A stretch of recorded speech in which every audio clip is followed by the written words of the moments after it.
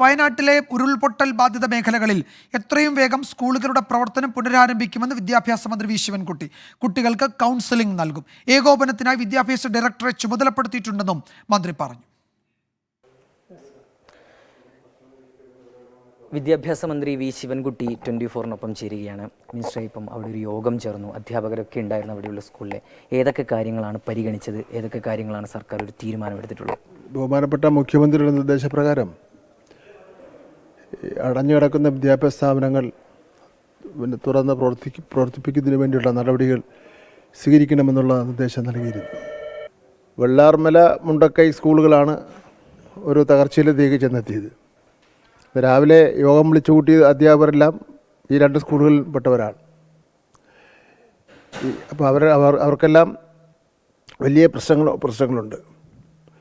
അപ്പോൾ കുട്ടികളെ സംബന്ധിച്ചിടത്തോളം ക്ലാസ് എത്രയും പെട്ടെന്ന് തുടങ്ങിയാൽ പോലും ഒരു പഠനാന്തരീക്ഷം കുട്ടികൾക്കുണ്ടാവില്ല.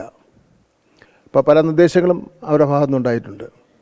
അപ്പോൾ അതിൻ്റെ അടിസ്ഥാനത്തിൽ എത്രയും പെട്ടെന്ന് ക്ലാസ്സുകൾ ആരംഭിക്കാൻ വേണ്ടി തീരുമാനിച്ചു. അപ്പോൾ ക്ലാസ്സുകൾ ആരംഭിക്കാൻ വേണ്ടി തീരുമാനിച്ചെന്ന് പറയുമ്പോൾ അതിന് ഇപ്പോൾ പ്രധാനപ്പെട്ട ദുരിതാശ്വാസ കേന്ദ്രമായി പ്രവർത്തിക്കുന്ന സ്കൂളിലാണ്. ആ സ്കൂൾ ഒഴിഞ്ഞാൽ മാത്രമേ ക്ലാസ് അവിടെ ആരംഭിക്കാൻ വേണ്ടി പറ്റുള്ളൂ. അപ്പോൾ അതിൻ്റെ നടപടികൾ സ്വീകരിക്കണമെന്നുള്ള നിലയിൽ തീരുമാനിച്ചു. രണ്ട് കുട്ടികൾക്ക് പാഠപുസ്തകം വേണം. അതുപോലെ തന്നെ ഒരു കിറ്റ് കൊടുക്കേണ്ടതായിട്ടുണ്ട്. കുട്ടികളുടെ സർവ്വം നഷ്ടപ്പെട്ടല്ലോ. അതുപോലെ തന്നെ സർട്ടിഫിക്കറ്റുകൾ നഷ്ടപ്പെട്ടവർക്ക് സർട്ടിഫിക്കറ്റ് കൊടുക്കണം.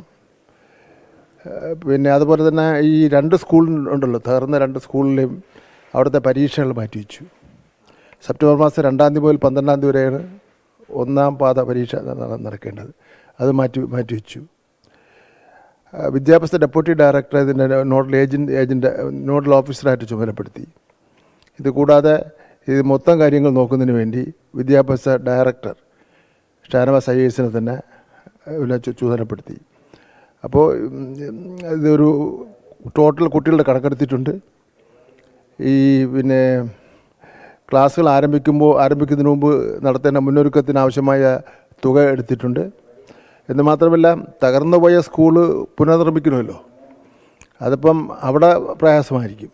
അപ്പോൾ അവിടെ ഒരു ടൗൺഷിപ്പ് വരാൻ പോകുന്നു എന്നുള്ള നിലയിലാണ് മുഖ്യമന്ത്രിയുടെ ഭാഗത്തു നിന്ന് സൂചന ലഭിച്ചത്.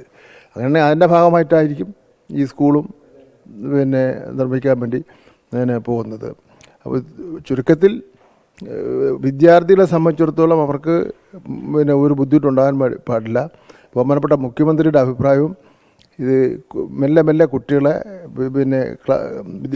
ക്ലാസ്സിലെത്തേക്ക് കൊണ്ടുവന്ന് ഒരു സാധാരണ നിലയിലെത്തി കൊണ്ടുവരിക.